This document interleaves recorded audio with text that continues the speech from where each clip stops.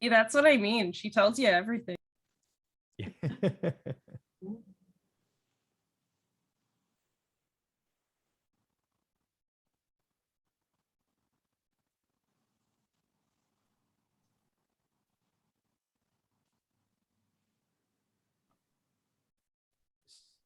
So, Kara, do you lead us in? Is that right? I will, yes. Okay, perfect. I just want to make sure I wasn't just not Yeah, we're not just sitting here like, yeah. Oh, no.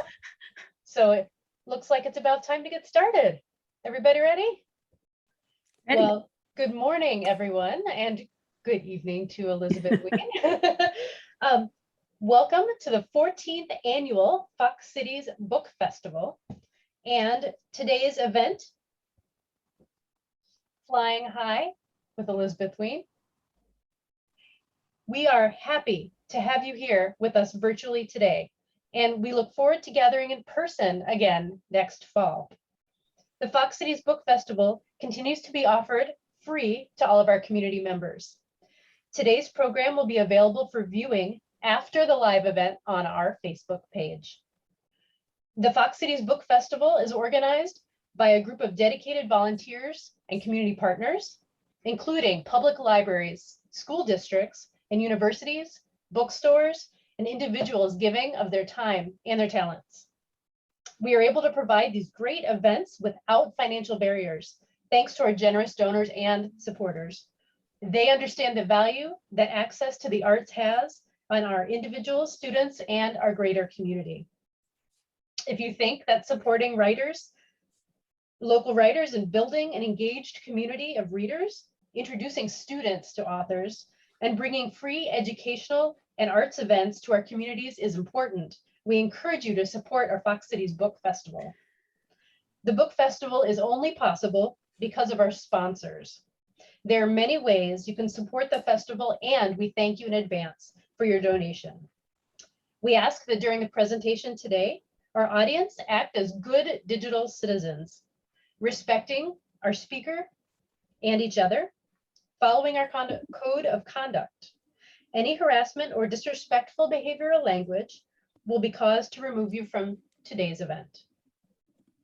During the presentation, you'll have an opportunity to ask questions of our speaker using the Q&A function in Zoom. Type your questions there. We will do our best to answer as many as we can during our time together. Those of you joining us on Facebook, leave your questions in the comments on the Facebook Live video. Now, for the moment you've been waiting for. It is my pleasure to introduce our host for today's program, Chris Henry, as he joins our guest author, Elizabeth Wein, in conversation. Chris is the program's representative at the EAA Aviation Museum in Oshkosh. He is also an author. He has written The Final Mission, Personal Stories of the Lives Touched by EAA's B-17. Chris, thank you for joining us to share your knowledge and experience with Elizabeth and our audience today. And thank you, Elizabeth, as well. Well, thank you so much for having me. I'm honored to be here to get to host Elizabeth, who I am really enjoying the current book I'm reading, the one I believe we're going to talk most about today.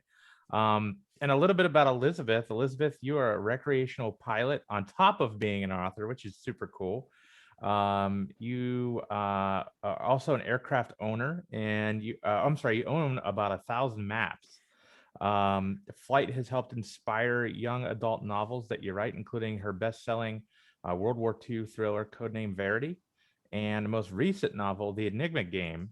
And really interesting, you currently live in Scotland. So for us, we're all hanging out here right around 11:30 in the morning, and you touched on the fact that it's like 5:30 p.m. Over your area. So while we're getting ready for lunch, you're getting ready for dinner. So and you hold a dual citizenship, right? American and British.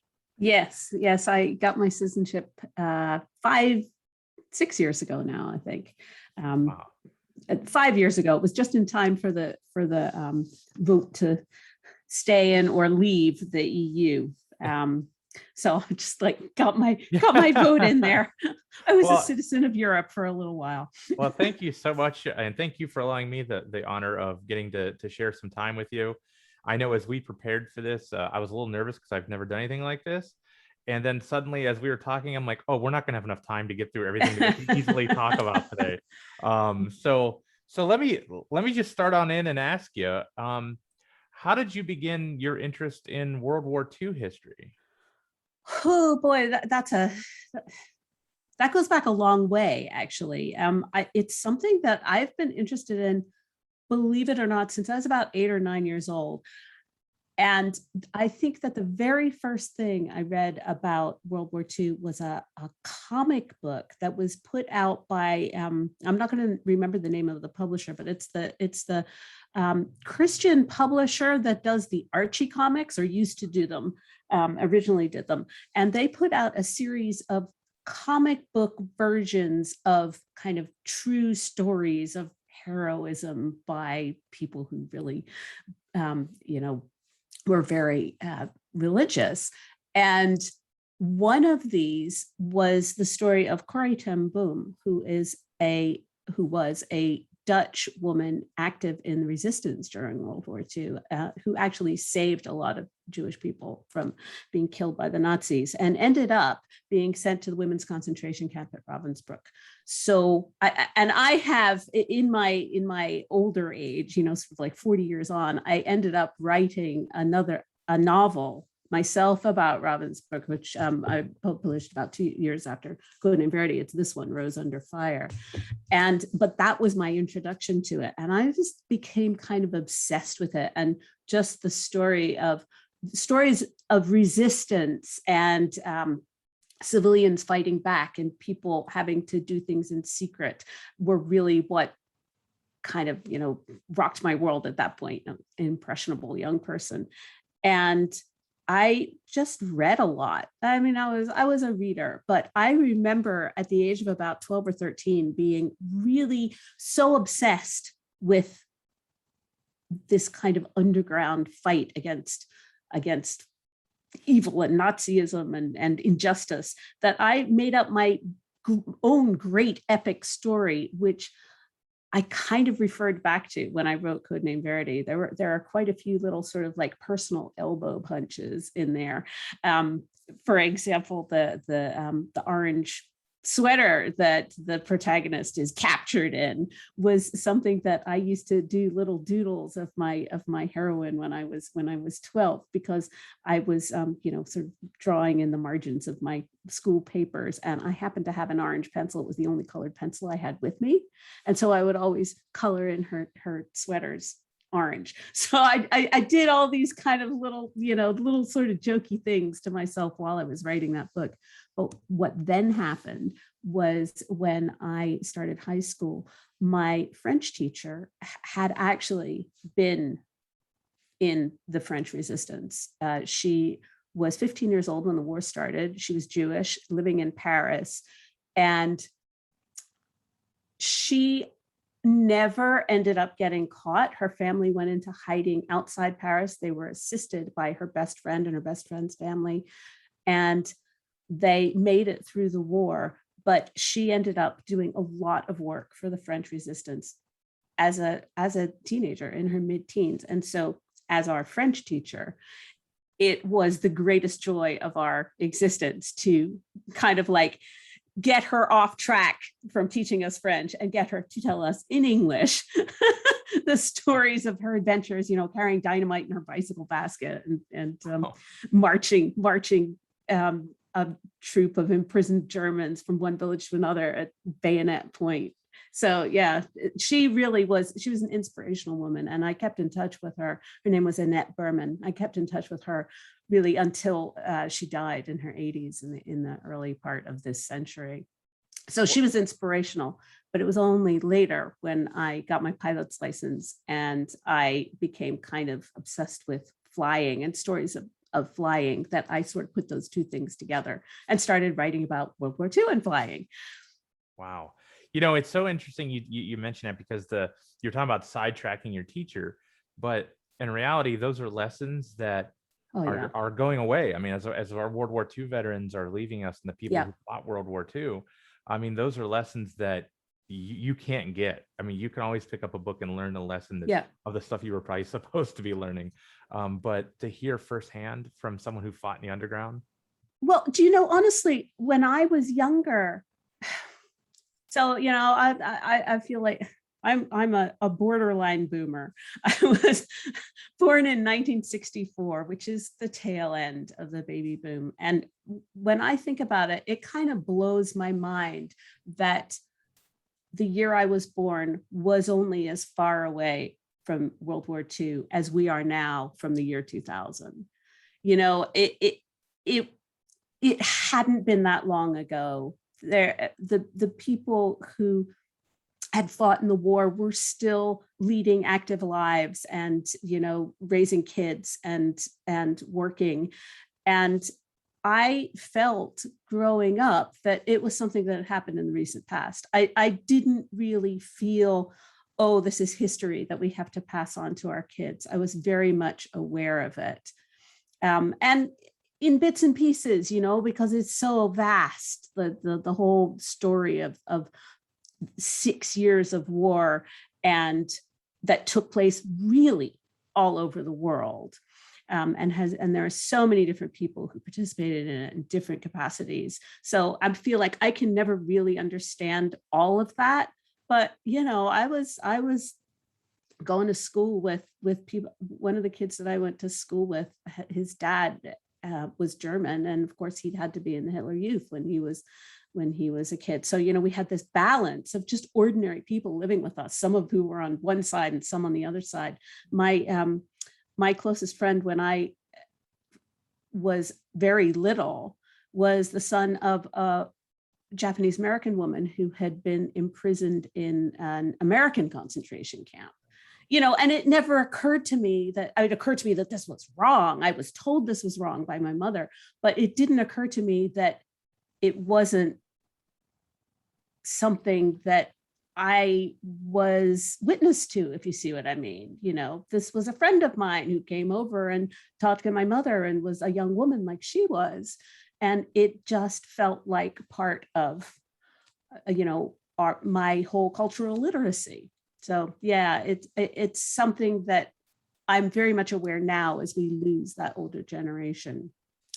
That I'm becoming one of the, you know, the bearers of that message and that information.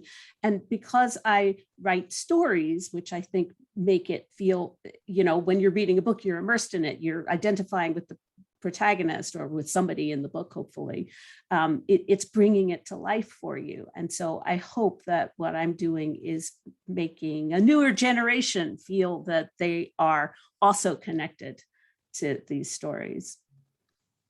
Well, and something that I touch on is you're highlighting people, not that you know, we shouldn't talk about the folks who fought the front lines, like the GIs or the airmen, you know, but what I really love in a lot of your books is that you're calling out people like we said before, who maybe don't always get the spotlight.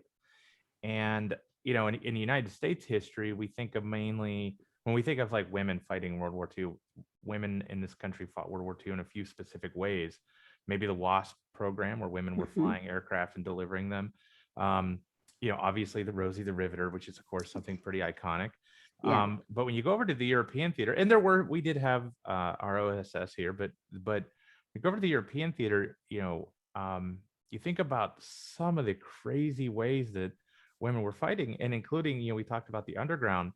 And what always amazed me about that is something to keep in mind is in the European theater, they did agree to the Geneva Convention, where you had a certain way you had to treat your prisoners of war. That did not apply to spies. I mean, so you were really, when you were in the underground, you were really risking it all. Yeah. Yeah. And I mean, it also didn't apply to civilians who in occupied Europe. You know, you were pretty much fair game if you went against any kind of Nazi policy. So them saying, oh yeah, you're a civilian from another country and you're here under false pretenses, it also did make you fair game. One of the things that gets mentioned in Codename Verity is I got told off once for calling it a policy. Apparently it wasn't a policy, but an idea called Nacht und Nebel, which is in German, night and fog. And what I'm going to call it a policy because I can't come up with a different term for it. I won't shoot you out. Quotes. Under Nacht und Nebel, the authorities were allowed to arrest anyone that they didn't like the look of or the thought of and make them disappear. And they were very, very good at making people disappear. And they didn't have to have a trial. They didn't have to give them a trial. They didn't have to put them in prison. They could shoot them in the back of their house and bury them. And no one had to account for it. And what would happen to a lot of these people is they would end up getting sent to concentration camps, but there was like no paper trail left. So if you were, for example, the United Kingdom sending, parachuting agents in to do some kind of special mission, and they were caught under this directive, you might never find out what happened to them. And actually, this is, as you said, we could probably just talk for a couple of weeks because this is a rabbit hole.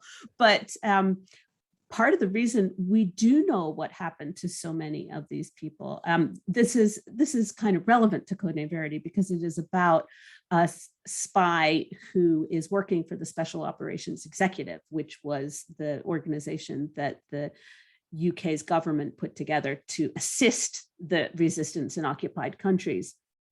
And part of the reason we know what happened to any of those people who vanished is because the woman who was in charge of the women who were working for this organization made it her duty. Her name was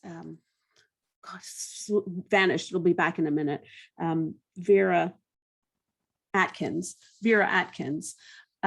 She made it her duty after the war to track them down. And she traveled all over Europe for 2 years, interviewing former prison camp guards, interviewing former interrogators, interviewing former prisoners themselves, and piecing together what happened to these people, but because she felt personally responsible for them. So yeah. Her book, not her book, but a book by Sarah Helm that was a biography of Vera Atkins called A Life in Secrets was actually one of sort of maybe a handful of 5 that I really referred to very, very heavily when I was writing Codename Verity. And if you're interested, it's mentioned in the sort of mini bibliography in the back matter of Codename Verity. Oh, that's awesome. I have to ask, I know I am not by any means a professional author. I had the very huge honor of writing the book that we did in honor of our B-17. When you jump into something like Codename Verity, how do you start? Like, what's your starting point when you have all this? Is it research heavy at first, or just walk me through the process a little bit? Okay, so the thing is, the process is different for every book. Codename Verity was a gift. It was it's probably the best book I've ever written. And I don't like to say that because I'm gonna stop you reading anything else. I can never quite achieve those heady heights again. I keep trying. It never quite comes up to the mark. But it also was it was inspirational, and, or rather it was written, sort of flying by the seat of my pants. The inspiration just came to me. So it was not quite the same process that I go through with other books, but they do. And Codename Verity also did start out with research. And so what I was trying to do was to write a book about an air transport auxiliary pilot. Now, the air transport auxiliary, as I'm sure you know, but maybe not everybody listening knows, were doing ferry work for the Royal Air Force during the Second World War. And they were civilians who were, taking broken aircraft away to get mended and taking new aircraft to operational airfields and ferrying pilots back and forth between airfields on the home front, just as the WASP were doing in the United States, except that the ATA had both men and women working for them. And I thought that was pretty cool. I'd only just discovered the existence of them, kind of very shortly after I finished getting my pilot's license. And I wanted to write about them. I thought there's got to be a story in here somewhere. So I was reading a lot about the ATA and about women who had been flying in Britain during World War II, and also about other roles that women were doing during World War II, because of course the Women's Auxiliary Air Force here in Britain had roles had military roles. They were not just civilians, and they were working on operational airfields as wireless operators and as radar technicians, and some of them were even working as fitters and mechanics on the aircraft that were getting ready or coming back from combat missions. So I thought there's got to be a story in there somewhere. And I was just doing a lot of reading, and I didn't have a story. And the story kind of came to me in a flash.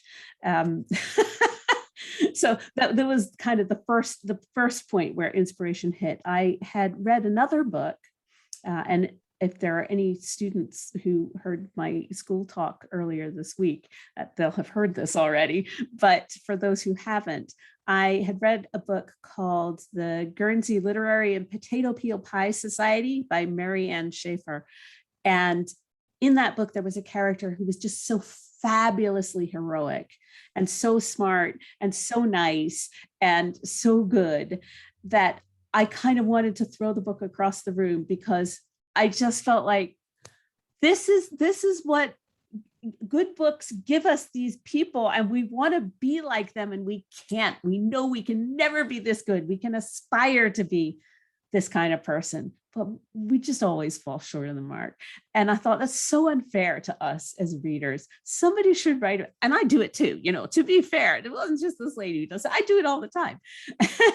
And I thought, wouldn't it be great if somebody wrote a book about a coward? Somebody wrote a book about somebody who breaks down under pressure. And I thought, oh yeah, you could then write it as that person's confession. They could write a confession, and that would be the book. And you could make them sympathetic, and you could tell how they came to the point where they decided they were going to, sort of give up under torture and feed all their secrets to the bad guys. And I was like, okay, I got to write this book. So that's how it started. And once I'd worked that out, I actually thought that it would be a great framing device if the captured spy who's going to break down under pressure told the story of the air transport auxiliary pilot. And that's basically the frame of Code Name Verity. And the rest just kind of all fell into place very quickly after that. It doesn't usually fall into place that quickly. There's something really great about like an anti-hero, though. I mean, I think my first experience with that growing up, and I didn't realize it at the time, wasn't necessarily a literary person, but it was Hawkeye Pierce from MASH. Oh yeah. And it was totally he's the star of the focal point, but at the same token, he's not the John Wayne war movie hero. It's sort of the more realist look at someone who was in combat. It's not all like it is on the big screen. Well, I tell you, I'm just self-indulgently rereading A Tale of Two Cities, and there are these two characters in it, Charles Darnay and Sidney Carton, who are foils for each other and look exactly alike, and Charles Darnay is so boring. And the one that we all fall for is Sidney, who is dissipated and slovenly and miserable. Well, and as we talk about our World War II generation, I think it's important to point out that it took all types to fight the war. But certainly our World War II vets, by and far, did. A lot of them really were people that we should look up to. They made hard decisions, and there's something about it. And it's cliched to talk about the greatest generation, but there's a reason why they have that nickname. I mean, the men and women of that generation did some amazing feats. One of the things I'm reminded of, and I'm going to parlay this into your experience as well, is every time we climb into the B-17 and you taxi out to go for a flight, you're just sitting in there and you're like, the people that were in this for real when they were fighting this during the war were like 19, 20 years old. And I know. Now I know you got to fly in an aircraft similar to what you talk about in some of the different books. Maybe not the exact type, because I give you a ton of credit. You do not just take the surface layer. Oh, it's a Spitfire, because everybody knows the Spitfire. You go dig deep. I mean, you find some obscure aircraft that not everybody knows about. And I love that. But you got to fly in an RAF bomber as well. I did. I don't, sadly, I don't think I have any of those pictures instantly available for you. I can poke around and while we're talking and see if I can maybe find them. But I had a flight in a Lancaster bomber, which was kind of our equivalent of the B-17. And so I did that out of the Canadian Air Heritage, whatever it's called, Canadian Aviation Warplane Heritage Museum. Yeah. Yeah, that's it, in Hamilton, which is outside Toronto. And that was an amazing experience. But the reason I had gone up there was because I had wanted a flight in a Lysander. And the Lysander is the sort of star aircraft of Codename Verity. And I can actually show you some pictures. If I'll share the screen here. I have actually got a few Lysander pictures ready and waiting for you. It is a big airplane. I actually worked on a Lysander restoration, and that is a big airplane. It's a big, oh, I do have pictures of the Lancaster that I flew in. Hold on a sec. So yeah, that's the Lancaster that I flew in, and that was one of the I don't know if it was fun. It was certainly an interesting thing that happened. Was we had our flight and we flew out over Niagara Falls, and I sat in the gun. Can you see my pointer? Yep. When I'm moving around the screen, yeah. So I sat up in that gun turret and flew over Niagara Falls, and it was definitely one of the coolest things that I have ever done. We came in and we landed, and they went out on another flight, and they took off, and one of their engines went out. Black smoke started pouring out of the engine. They had to shut it down and land again. And so those guys didn't get their flight, but my gosh, that really kind of just reminded you of what all those 19-year-olds, went through in actual wartime. And of course, they didn't have the luxury of turning around, coming in and landing safely. Often that would happen to them over the North Sea or over an enemy city where they were being shot at. But yeah, that was quite the reminder. And there I am sitting in the gun turret, looking really very happy. That's awesome. And so this is the first Lysander that I met. Now I did dig up this obscure aircraft, which but not many other people may have heard of. And it is a very, very large single engine plane, as you say. They used these for dropping off and picking up agents only during the 2 weeks of the waxing and waning full moon. So they had a very limited window when they could fly, because they were landing in fields, basically, behind people's houses that had been picked out by agents on the ground as suitable landing places. And these are short takeoff and landing aircraft. The tank that you see here underneath this one is not a bomb. It's a long range fuel tank, because the whole process took about 8 hours to go into France and come back. And this is the ladder that you would have, if they could help it, they didn't shut down the engine while they were on the ground in this tiny little field, which they found by people flashing flashlights at them from the ground. And the agent who was being picked up or dropped off would climb up and down this little ladder, and you can see that the rungs are painted white. That was to make it a little bit easier to see in the dark. This aircraft, by the way, is at the Shuttlesworth collection in England. And this is me in the back of the Lysander. Wow. Actually, I finally did get my flight. And what happened was we went to this museum in Canada, and this plane had been, there I am, Again, looking very happy as I sit in the back pretending I'm a special operations executive agent on my way to France, actually flying around over Lake Erie. There's my feet down there. You can see it says Westland. That's the company that made Lysanders. And that is the actual plane that we flew in. And when we got there, it was away on at a flying show in New York State. And basically we just kind of sat down. I said, hey, I've come from Scotland to fly in this Lysander. I've paid for my flight. I'm not leaving until you get me a Lysander flight. And in the meantime, we had that trip in the Lancaster as well to kind of sweeten things up. Wow. So yes. So I have so many questions just out of that, but how did it feel, being immersed in the Lysander as you're doing the research and writing of the book? I mean, that had to be kind of surreal to actually sit in the real aircraft where these people flew. By the time I finally got to have my Lysander flight, Code Name Verity had actually been out for 2 years.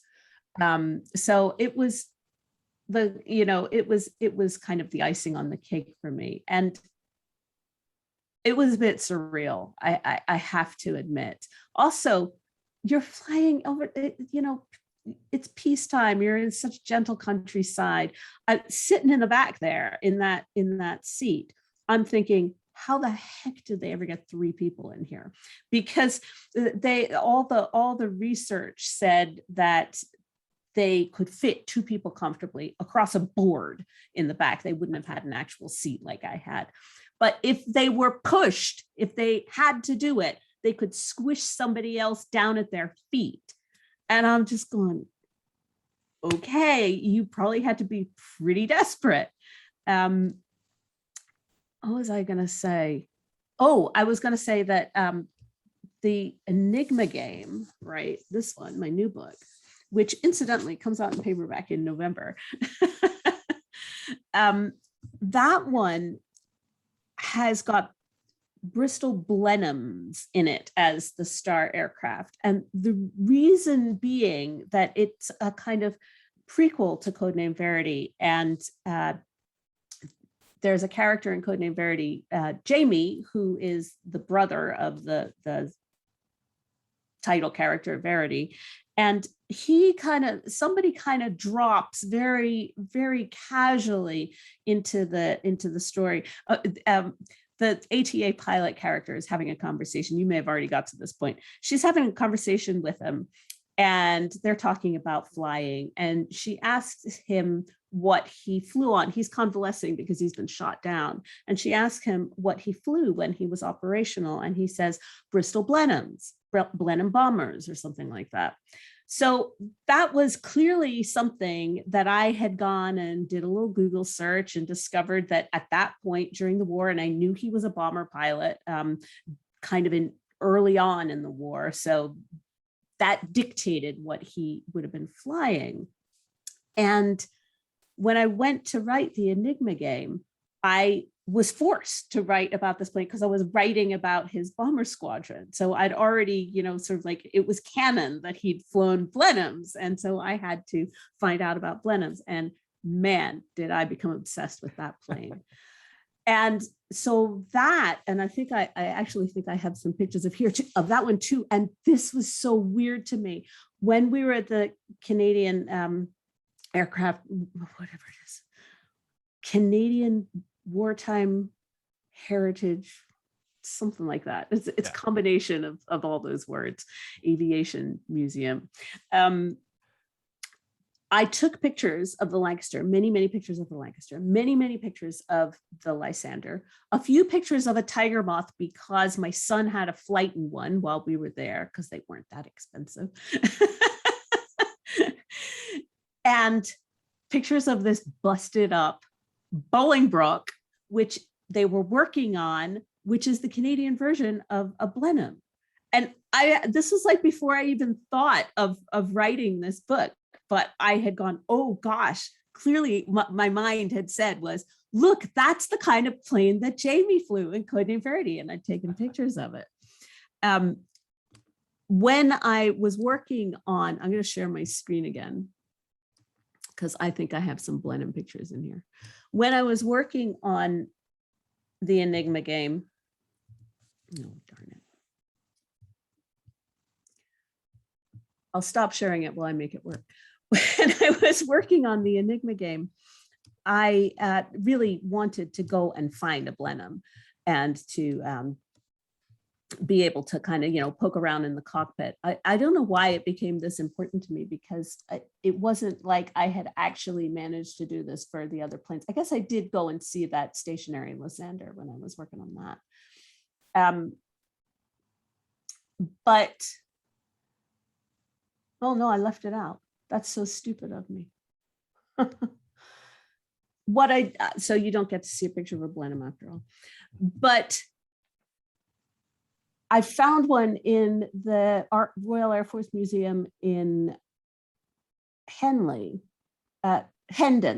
outside London. And I went to take a look at it.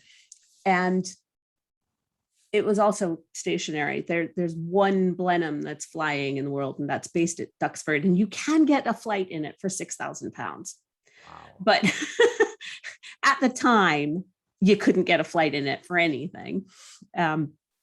And so I found the stationary one, and I got the docent there at the museum to take the escape hatch out of the bottom of it so I could stick my head up inside the cockpit and just kind of look around. And man, that really, really got to me. And, it wasn't even an original aircraft. It had been rebuilt from parts, but I just felt like it was haunted, the smell of it and the small enclosed space, and it was a little dark, and you're thinking, God, there were two people sitting here, and one of them was trying to figure out where to go and getting ready to drop the bombs, and the other one is flying this crazy thing.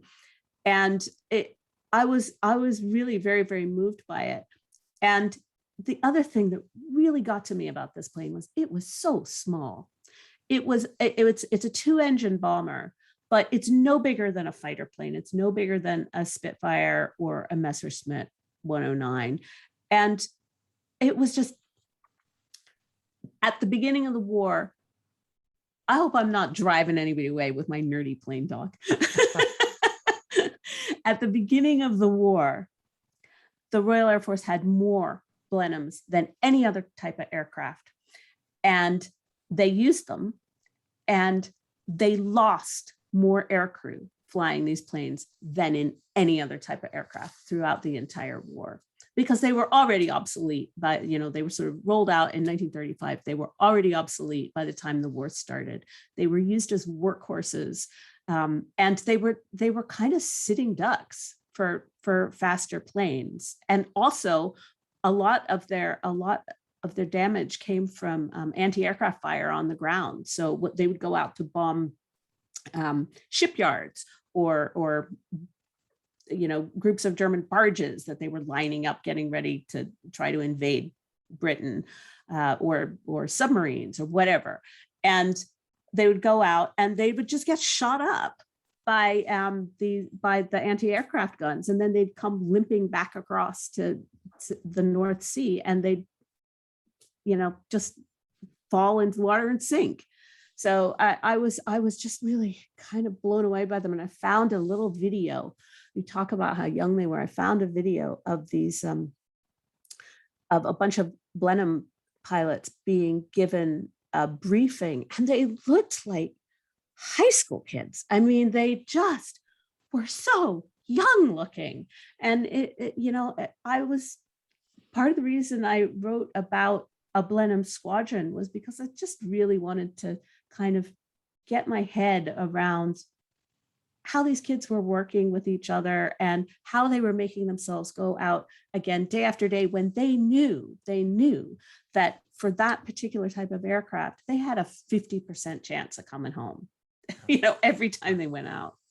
So sorry, that was a bit of a rabbit hole too, but you asked me how it felt to get inside one of these planes that I was writing about. And that it was very, very moving. Well, and you touched on something that I think is one of the most amazing parts of our World War II veterans is, when you look at, the world famous Memphis Belle B-17, the right waist gunner, Tony Nestel, he lied about his age and joined the Army Air Corps and flew his missions at 17 years old. I mean, you're still supposed to be in high school, Yeah. and you're Yeah. out helping save the world. Yeah. And Yeah. just Yeah. to me, it was Yeah. totally. And by the time they found out he had flown his 25 missions, and was like, "What are you gonna do to me? I'm going home," you know. Right. But I couldn't imagine that. And you're right. When you look at the pictures, you're like, my gosh, these were kids. You mentioned that your teacher was an inspiration for obviously in the book, but were there other people in your life that were inspirations that you put into the book, or that you use in any of your Yes, books? for good and for bad. There were, I can show you a picture of my French teacher when she was 18 years old and a young and lovely student at La Sorbonne in Paris after the war. So hang on a sec. Sure.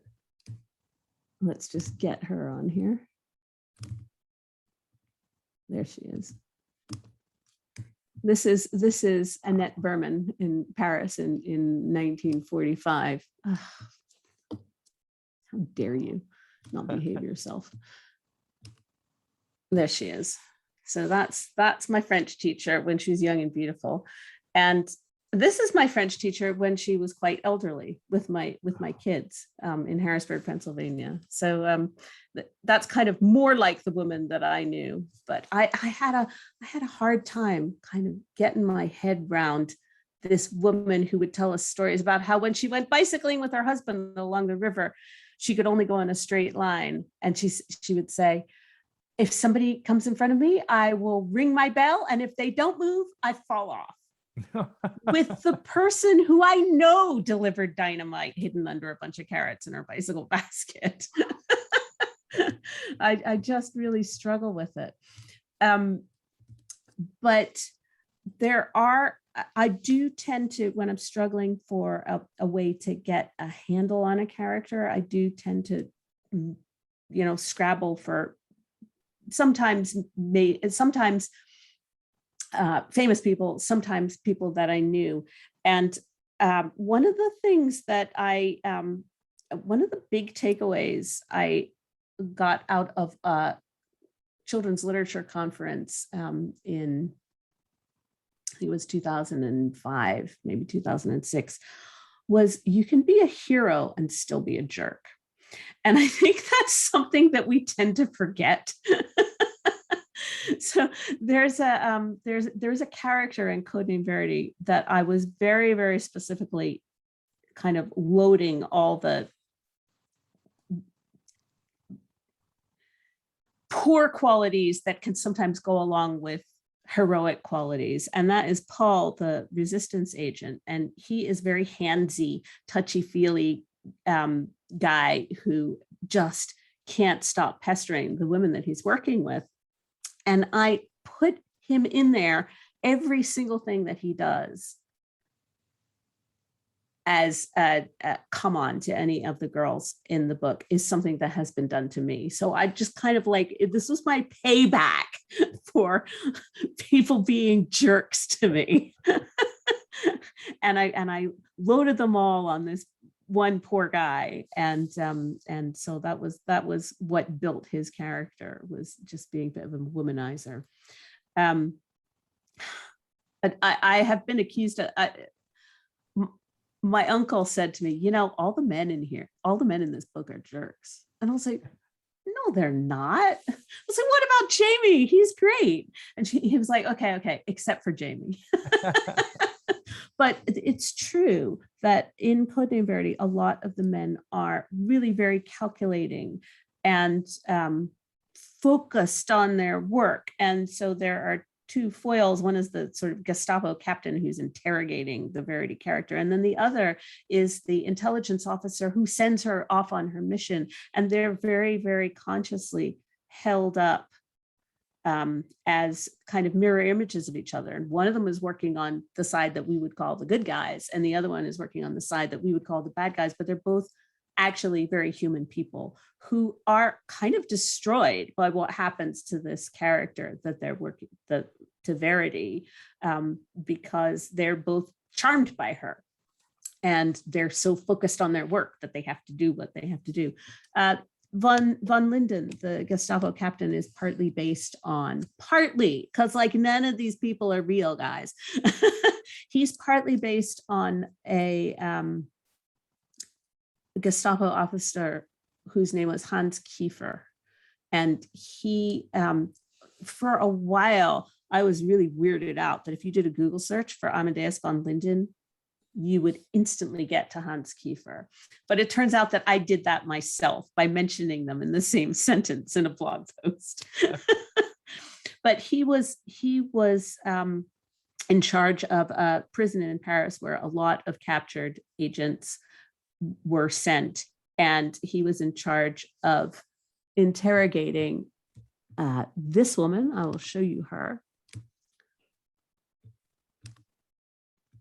Her name was Noor Inayat Khan, and she was a spy for the Special Operations Executive. She was a wireless operator. Bye-bye, Mrs. Berman. And she was the first Asian woman to have had a monument erected to her in the United Kingdom. But she was captured and tortured and interrogated by this guy and then sent off to a concentration camp where she was murdered. And there she is. She was the daughter of an Indian prince, some royal extraction, and an American woman. And she spoke several languages. She was born in Moscow and raised in Paris and fled to the United Kingdom when the war started. Very, very gentle person, quite religious, and a writer of children's books, among other things.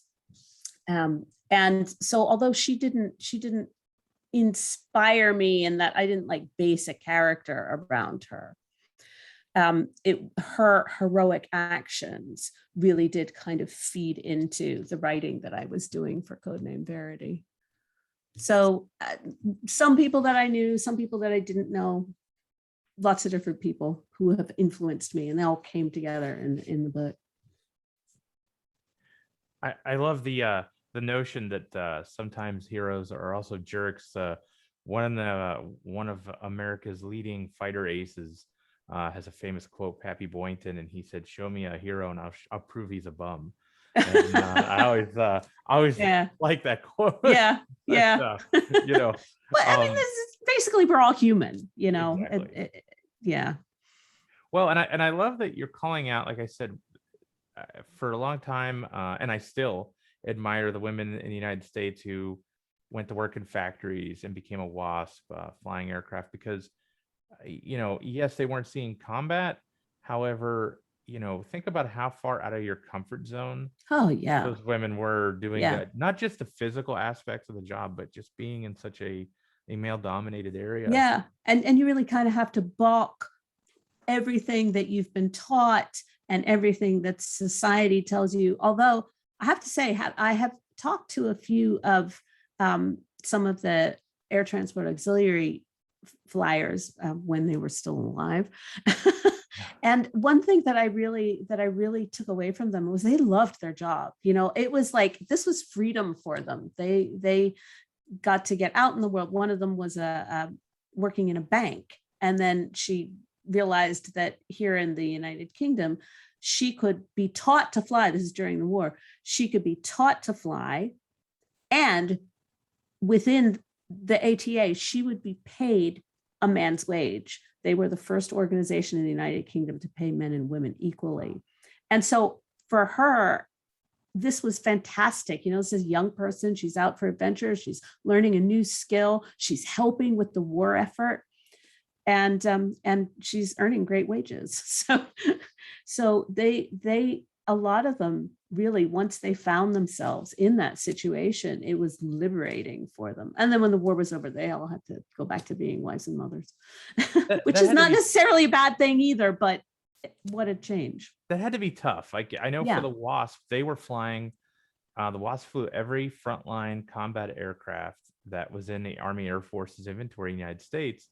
when the war ended and the WASP program was disbanded, the only thing they were allowed to do in aviation was become, as far as for a job, was become stewardesses or Yes, and that's also flight true. attendants. That was also true here in the UK. Stewardesses was pretty much it. And if you really kind of like fought your corner, you could maybe work in air traffic control. Yeah. And that was really hard for them. But I mean, you have the war ended, and there were thousands and thousands of pilots out of jobs, and most of them were men. So when there were jobs, unfortunately, at the time, they went to men. My favorite few moments, some of my favorite moments, I met some of the WASP. We had them here at our museum in Oshkosh, at the EAA museum, and somebody asked me to say, what were they like? And I said, the best way I could describe it as the characters from A League of Their Own. I mean, they still had that sort of underlying personality. Yeah. They were all just fiery and amazing Yep. and Yeah. larger than life. Even at the advanced ages of late 80s, early 90s when I met them, that you could see, it's like, oh my gosh, I could only imagine what these women were like. No, for sure. And Diana Bernardo Walker, who was one of the ATA pilots, right up until her death, even into her 80s, when she gave talks, she would wear her ATA uniform, and her medals, and she was very, very proud of what she'd done. Yeah. Oh, well, and I think you should be proud of what you're doing. I think you're bringing World War II history and the stories and encouragement of people to learn more about the war to a younger generation. I feel like, I mean, you're saying we all sort of wish, that we'd lived through it too. And of course we can't. Oh no, it wasn't you that was saying that. That was something I was listening to on the BBC this morning. And they were mocking themselves. Yeah. But I do feel like this is my war work. I'm passing this on. I'm passing this information on. And maybe kids will be inspired by it. That living connection is something that I hope they will really, anybody who reads my books may retain, and maybe they'll want to go and work in aviation too. And it doesn't have to be wartime to become a pilot, for goodness sake. It would be great if I can inspire young people to want to learn to fly. Well, and what we see in the museum and is interesting, that you don't know where that inspiration is going to come from. I think traditionally we think of it as, oh, they read, or not necessarily read a book, but a movie or something like that. And what we're finding is, for a while at least, video games were a way that a lot of kids were coming out to the museum, and they were able to identify aircraft that were in this video game or a flight simulator. Right. And I think books have always been that. I mean, when I was a kid, I read God is My Co-Pilot and 30 Seconds Over Tokyo. And the first time I got to see a B-25, I was like, oh my God, it was French. So you don't know who you were inspiring to maybe go to a museum and see a Blenheim or a Lysander and totally get geeked out because they read one of your books. And I think that's really special. Yeah. So I see here that we're getting towards the end of our time, and I see here that we actually have a question. We do. Let me see. Denise O'Neill wanted to know, do you start with your characters, themes, or a storyline? I usually start with my characters. So I did say that I do the research, and I'm kind of like fooling around trying to figure out what the research is. Okay, there is a cat. What would be a Zoom call without a cat who is pestering at the door? And unfortunately, I've got to open it. No problem. Or he'll just keep pestering. Okay. So I was saying that I did start with the research, and it's true that I will be, reading about whatever my themes are and trying to work out what my plot is going to be. But I really do start with characters. So I'll have a character that I want to work with. In the case of Codename Verity, really started with the ATA pilot, even before the spy came on board. And I will have some idea of what that character is like and what kind of scrapes they're going to get in. It's hard to say where a character comes from. I mean, they do tend to sort of breed and generate each other. And because so many of my books kind of they're loosely connected. So Codename Verity started out with this pilot character, but that pilot character was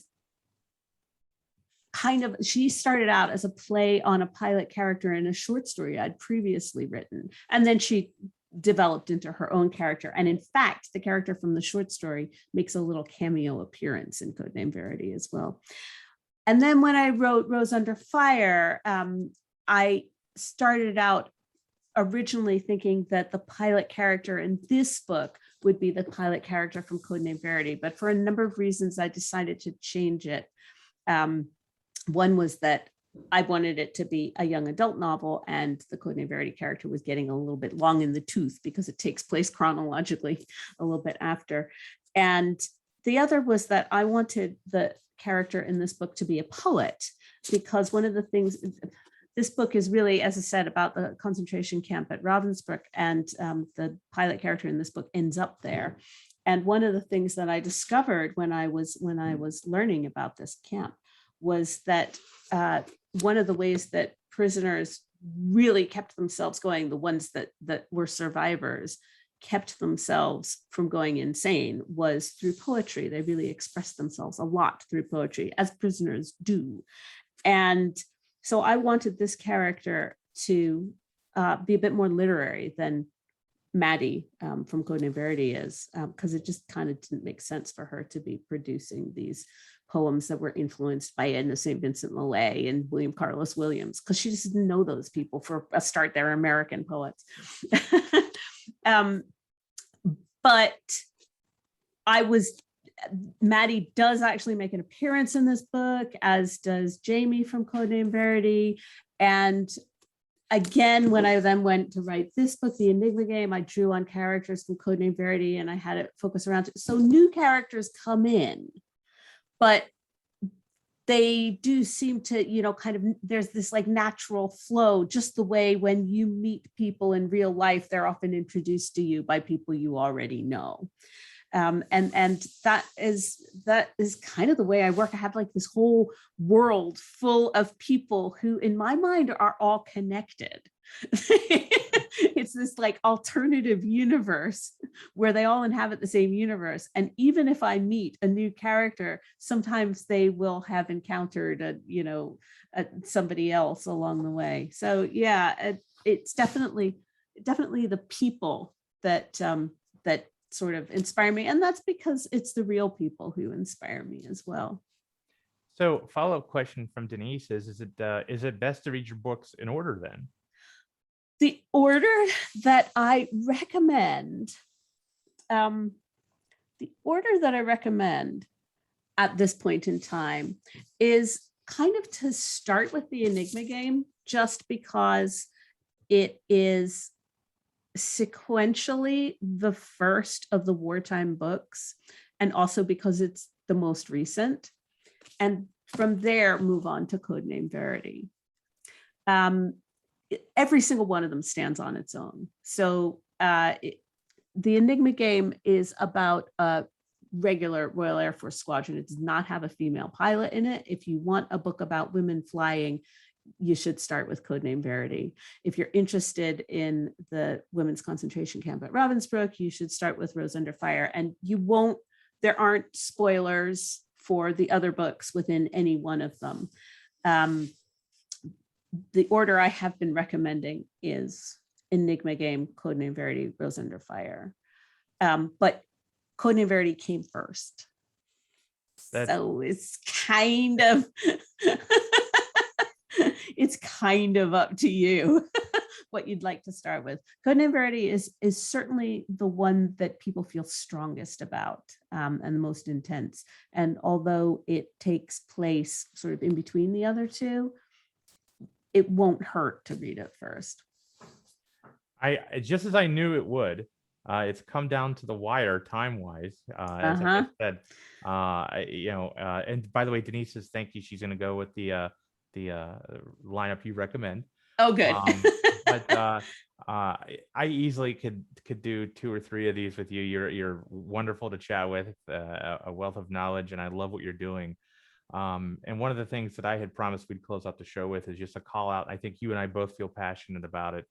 Is if you know a veteran that's out there, or someone with a really wild or amazing story, or just one that they don't think is wild, amazing story, none of these veterans ever do, is to take the time and go talk with them, and you might just make their day, them getting to share some of their story.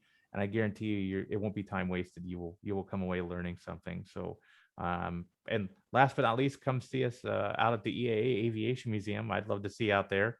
Come out and say hello. And I believe, Kara, I'm going to hand the controls of the airplane back over to you. Thank you so much, both of you. And thank you all to our community here for joining us for today's event. The festival continues through Sunday evening, which is tomorrow. Visit foxcitiesbookfestival.org online, or the events page on Facebook to see who is still to come. If you'd like to support future festival events, free and open to the public, we encourage you to make a donation. A link to learn more about donating is in the chat of this presentation. We also ask that you take the brief survey to provide feedback as we begin planning for the 2022 festival season. And this link will also pop up in your chat box, and it will be emailed to you following this event. And we thank you so much, Elizabeth and Chris, for joining us and adding to the 2021 Fox Cities Book Festival as we continue to connect our readers with writers like you. Thanks for having me. It's been great.